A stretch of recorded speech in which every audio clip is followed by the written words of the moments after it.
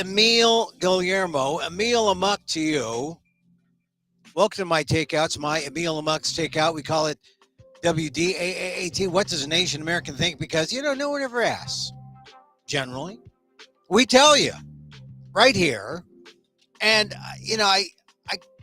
I come up to my little booth here and I talk to you, but I just finished watching something that is really unusual. It was an Asian American political anchor talking to an Asian American congresswoman or congressman, member of Congress, talking about an Asian American woman who is running for president. That has got to be a diversity trifecta I haven't seen ever. And it's only because of time, only because of the way things have worked out in terms of diversity and immigration and, to a degree, assimilation. People coming together, participating in as full Americans, right? Either immigrating and naturalizing or becoming green card holders and somehow being part of our society and contributing. And that is I just remarked to myself, Asian American anchor, political show, major, cable network, talking to an Asian American member of Congress, talking about an Asian American who was running for president in the last campaign, talking about issues that are important not just to Asian Americans, but to everyone. And I thought, diversity, why are you against it? Diversity, why are you resistant against this kind of good diversity, which we should be celebrating? But this is the world we find ourselves in today with the news of today. I want to talk about Harvard and we'll talk about Scott Pelley. But,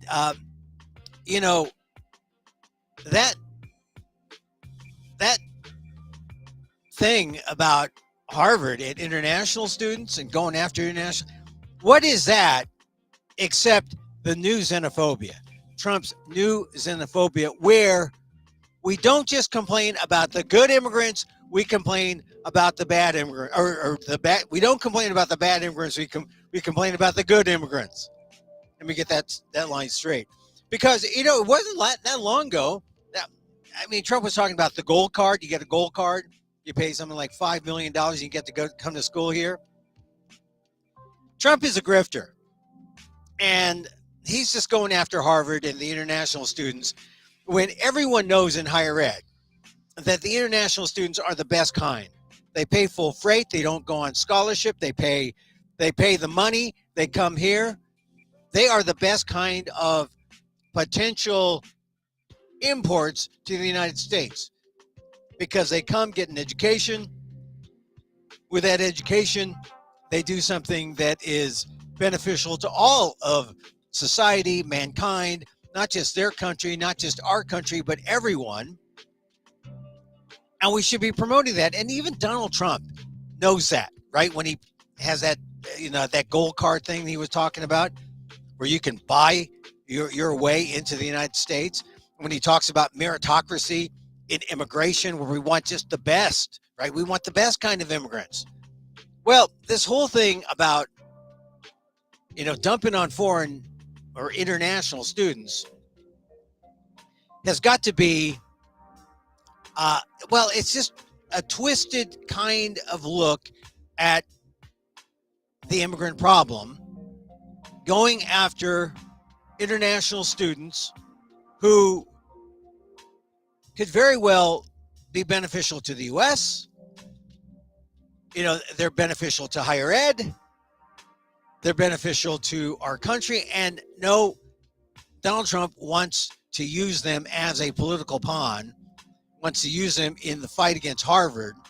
And the fact is, when I see what's going on between Harvard and Trump against Harvard, I just see it as his elevation of xenophobia to new lows or heights, as it were. They're new lows. Because why would you want to pick on the international students? Why? Those are the good students you want. They're the good ones. They're the ones who become the model minority. They're the ones who, contribute to society, to not just our country, but their own country. So it just bothers me that we're into this new form of xenophobia, new form of anti-immigration, going after the foreign students, the international students. And Donald Trump, of course, is on Truth Social saying all sorts of nonsense about, oh, we want the names. Harvard is not giving up the names. Hey, the State Department has their names. They're already on some kind of database. They were given visas. You got the names already, Donald Trump, Mr. President. Check out your executive power. So very frustrating that he's going after Harvard, but going after the international students too. It's he's wearing his xenophobia on his sleeve. And then to go after Harvard because of the money. Alan Garber, who I've met, I don't really know. We were at school at the same time. And when I saw him in October, I like to say that he when I went up to him and I said, hey, we're in the same class. He said, oh, yes, Emil, like he knew me. And I thought, oh, okay, I'll play that game. Yeah, Alan, buddy Alan. No, Alan, he's doing, I think he's doing as best he can as the president of Harvard. I'll talk more about the Harvard situation in later programs. But for what he did today, he went on Morning Edition on NPR, another institution that Donald Trump is attacking. And Garber said, look, don't understand, what Trump is doing, where, and what this means, especially when he's talking about anti-Semitism. I don't get it. It doesn't make sense. He's going after Harvard because I don't know why. Maybe it's because Barron didn't get into Harvard. Maybe because Trump didn't get into Harvard. I don't know. It could be something about, Donald Trump has very thin skin and a very short memory. And there's something about the Pritzker family, and Penny Pritzker is like a key person on the Harvard team. And maybe it's something about that. But to go after Harvard for whatever reason, it's wokeness, absolutely crazy. Now, I bring this all up because the only one crazy person that Donald Trump seems to think exists out there is Vladimir Putin. And I have to say, if you put yourself in Putin's shoes and you're in Russia and you're bombing Ukraine, and they've got the worst bombing ever since the war began. They've been unleashing on Ukraine with the drone strikes. And you got to think, if you were Putin observing just the last week of Trump, there's tariffs, there's no tariffs, the tariff yo-yo, that's one thing. You've got the anti-DEI stuff, George Floyd, 5 years, and the DOJ is going backwards on reforming police activity. You've got the Harvard thing, you've got NPR, you've got all this stuff happening. And if I'm Vladimir Putin, I'm saying, this guy Trump, I can take him out easily. I mean, you're not fearful of Trump. You're not fearful of that kind of Trump. So, of course, what does Putin do? He does whatever the heck he wants to because he doesn't fear Trump, because he's got Trump's number. He's got Trump under his thumb. And Trump acting erratically only shows or only confirms to Putin that, yeah, Trump's not going to do it. He's going to call you crazy. I don't know about this. Something's wrong with Vladimir. I've known him a long time. He's crazy. Vladimir Putin has Donald Trump under his thumb. And that's the kind of leader you want. Donald Trump is trying to make noise like he's the boss of Putin. But the fact is, Putin has Trump right where he wants him, and that's a bad place for America. It's a bad place for America. It's a bad place for Ukraine. And it's sad because all Donald Trump knows how to do is like, I'm the ADHD president. I'm talking about EU tariffs and pulling them back and they making deals. I'm talking about DI. I'm talking about going after foreign students at Harvard. Putin knows that Trump is a patsy and that Trump is not very smart. And Putin, the old KGB guy, he just plays Trump whatever way he wants. It's sad. It's sad because Trump isn't even the guy who Putin has to deal with, right? Trump sends, his underling, his inexperienced underling, who, nice guy, but not a diplomat. He's a guy Trump trusts because he's been plucked out and put in a high position, just like Hegseth, just like all the people who don't deserve to be in the positions they're in. That's how you assure loyalty. You put someone totally incompetent in a position, and they don't know anything to do except what the boss wants. So I'm not sure what's going to happen with Ukraine, with Putin. I'm not sure what's going to happen with Trump. But what does Trump do? Does Trump really get mad and say, well, Vladimir, I'm going to hurt you. I'm going to hurt you. I'm going to give you time to like realign, to go off. But if Trump even had a hand, he played it very poorly because Putin does whatever he wants, and all Trump can do is stand in the corner and say, I don't know, Putin's crazy. Putin's not crazy.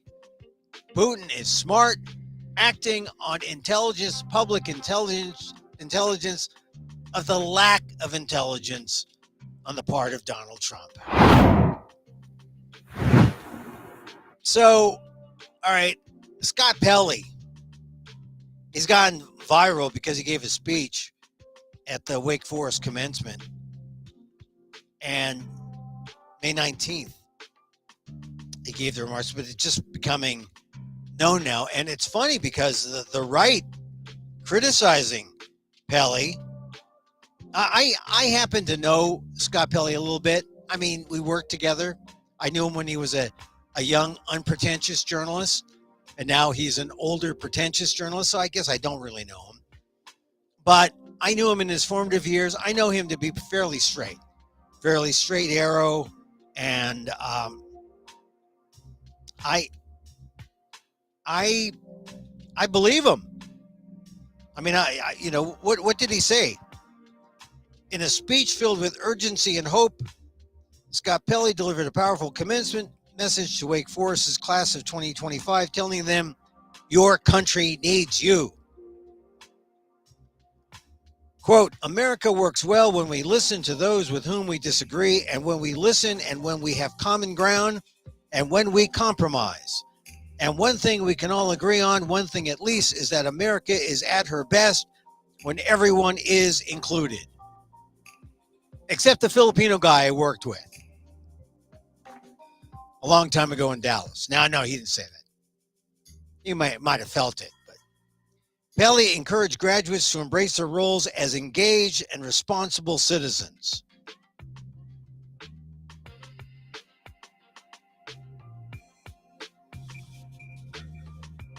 Pelley posed the fundamental question to the graduates, who are you? Challenging them to define their purpose in a world facing significant challenges. Now, this is what Wake Forest put out. They invited him to speak. He spoke. This is what he said. I don't think it's a whitewashing of what he says, but you look at what the conservatives said. The conservatives are saying, oh my God. One talk show host said, the supposed titans of television journalism are just sanctimonious theater majors with mid-level IQs and world-class egos.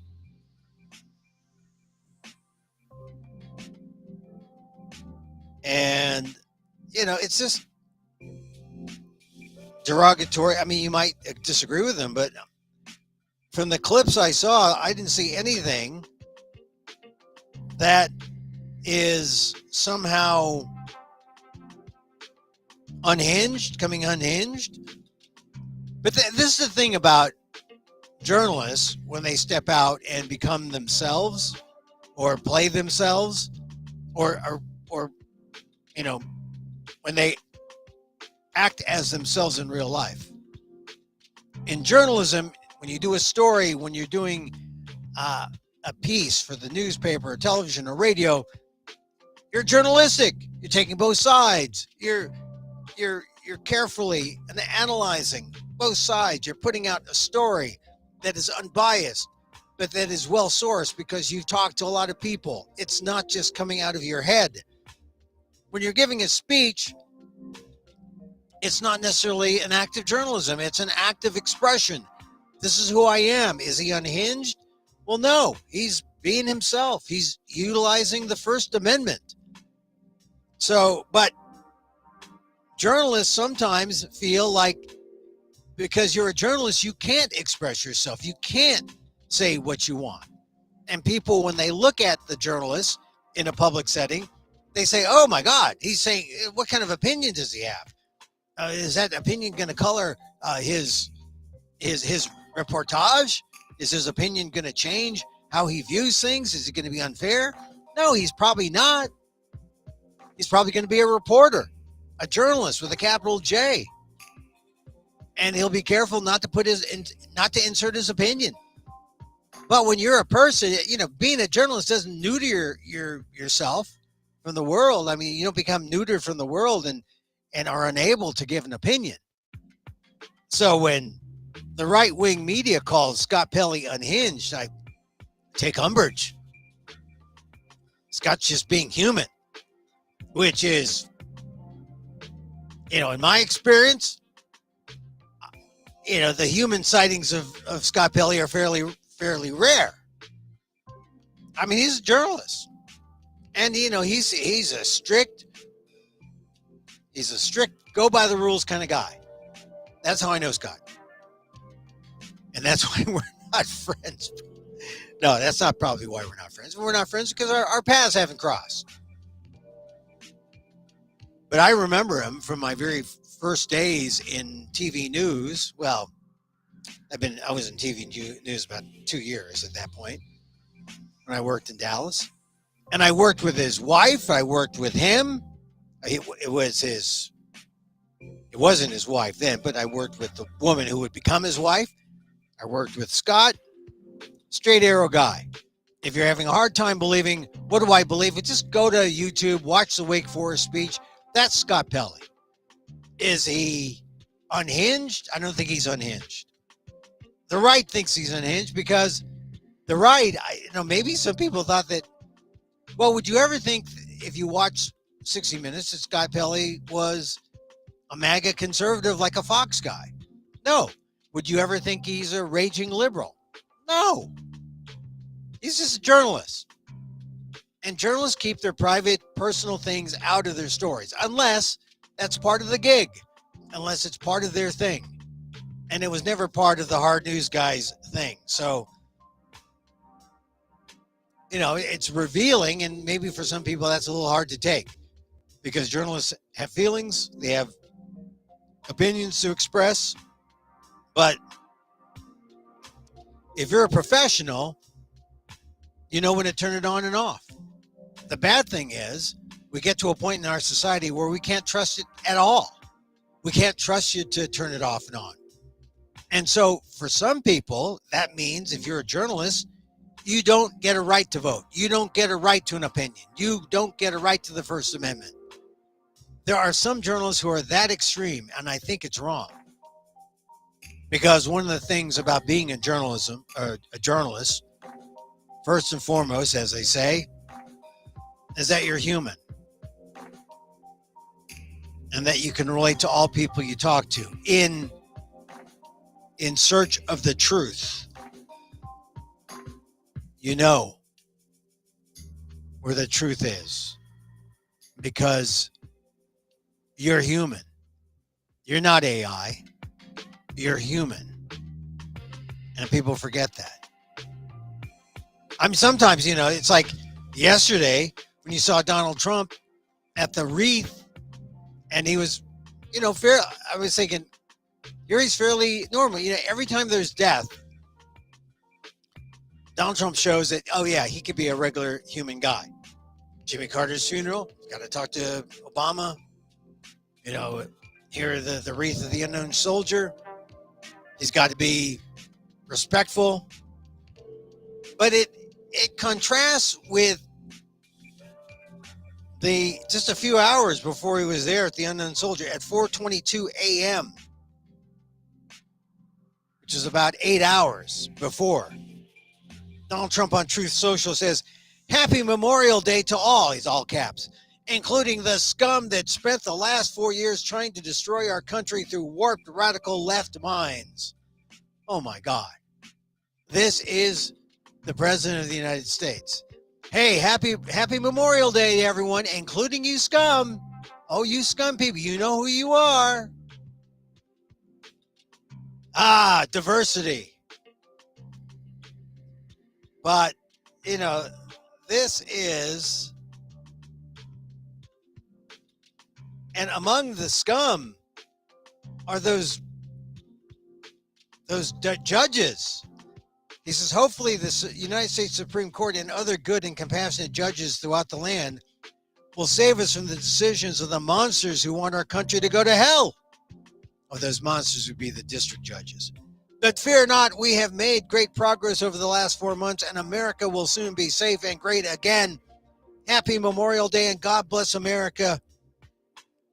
As he says, including the scum that spent the last 4 years trying to destroy our country through warped radical left minds. Oh, man. Okay, I can't speak on behalf of the scum, but in behalf of the scum that I may know or may be related to, this is, again, another example of the unhinged Trump. And if I were Vladimir Putin, I would say, oh, my God. Oh, my God. This is green lights to bomb away in Ukraine. If this is the guy, this is the Trump I'm dealing with, Mr. on-again, off-again terrorist, Mr. anti-DEI, Mr. anti-Harvard, Mr. anti-NPR. If this is the guy that I have to deal with, I'm Vladimir Putin. I can take him. I can take him. And that's why Trump continuously, from the weekend on, after he called Putin crazy, continues to be frustrated because Trump doesn't realize he's being played. Yeah, by Putin. Yes, of course, by Putin. And Putin is just, there's no timeline. Trump wants a timeline for a ceasefire that everyone knows that Putin is going to, go against and violate. I mean, the Ukrainians believe that, but they're just going along because they want to make sure that Trump gets something. But they know that Putin is going to violate a ceasefire. But Putin knows that there is no deadline. He can do anything he wants.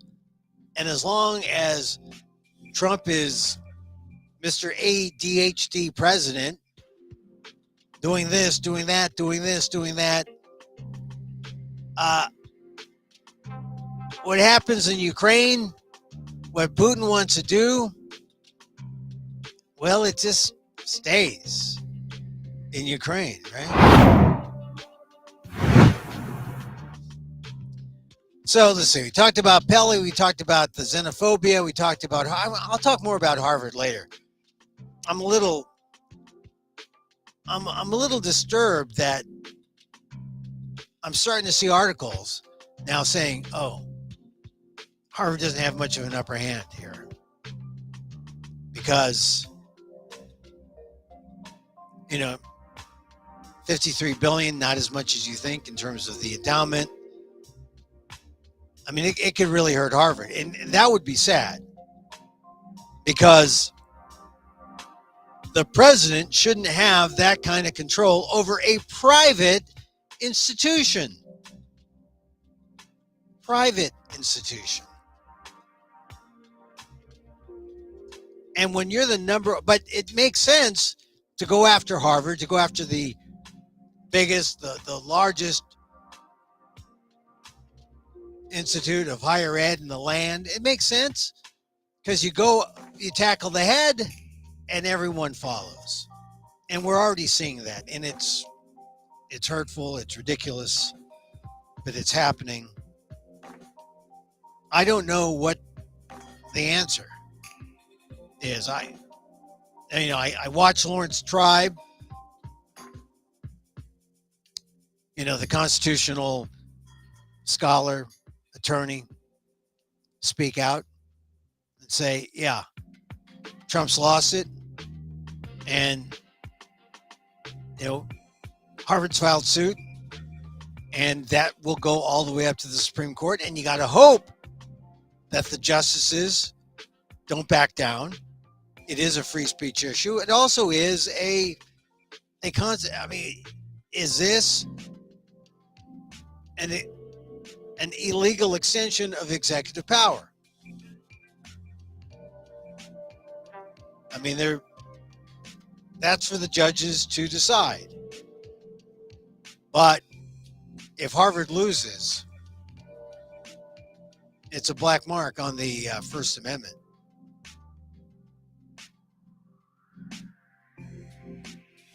I mean, you think about it. Harvard anti-Semitic? And this is Trump using anti-Semitism as a tool, even though it means nothing. It's just a pretext so they can go after Harvard. But Harvard is not anti-Semitic. Hardly. I mean, as an institution, are they anti-Semitic? No. Could there be instances of anti-Semitism? There might be. I don't know. I have never seen that at Harvard ever in its history. Although, there was a time in the 30s where the Ku Klux Klan, there were Klansmen at Harvard. You don't believe that, but yeah, look it up. Harvard Crimson did a big story on that. So we're going to have to wait, see what happens. It's a long, long battle. But the reason why Trump is doing it is because let's give you some things you understand. You may not understand the budget. You may not understand some of the other policy things as much or as well. But the things that you understand that get your blood boiling, that makes you want to get up and say, yeah, Trump's for that, I'm for him. That's what you want. If you believe that Harvard is just a bunch of elitists, left-wing woke elitists, then you say, yeah, heck with them. Give the money to a trade school. And yet, Harvard was a great trade school. This happened more so after I left, but in terms of TV comedy, what better trade school existed than the Harvard Lampoon? Spawning, spin-off animation features, Futurama, a lot of those shows coming on the heels of The Simpsons were started by Harvard Lampoon guys. Seinfeld. Some of the head writers. Tom Gamble, Max Pross. Harvard Lampoon. Saturday Night Live. One of its key head writers. Still writing, still gets a credit. I think he did in the last show. Jim Downey. I'm telling you, Harvard's a trade school. I mean, it's more of a trade school than you think. And what did I learn there? Well, WHRB.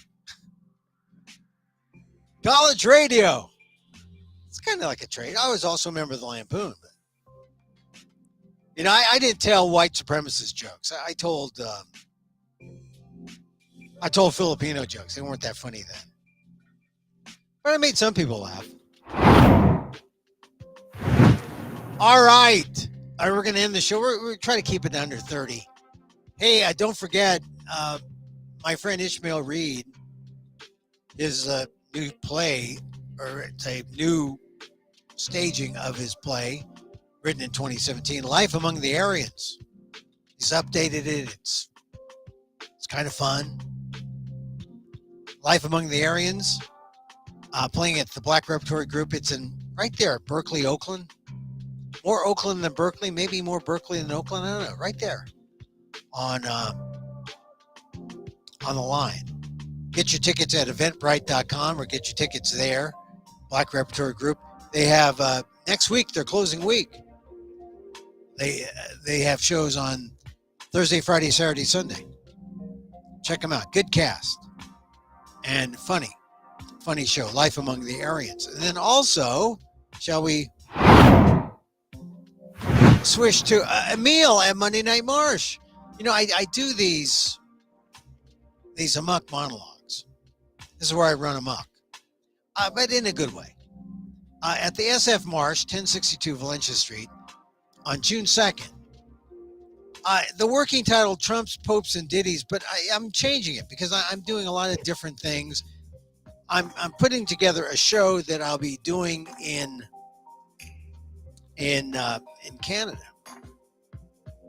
Yeah, for the Fringe Festival. I'm not going to Edinburgh. I know a lot of people say, "Are you going to Edinburgh?" Everyone wants to go to Edinburgh because that's the Big Daddy Fringe. That's the Fringe movement.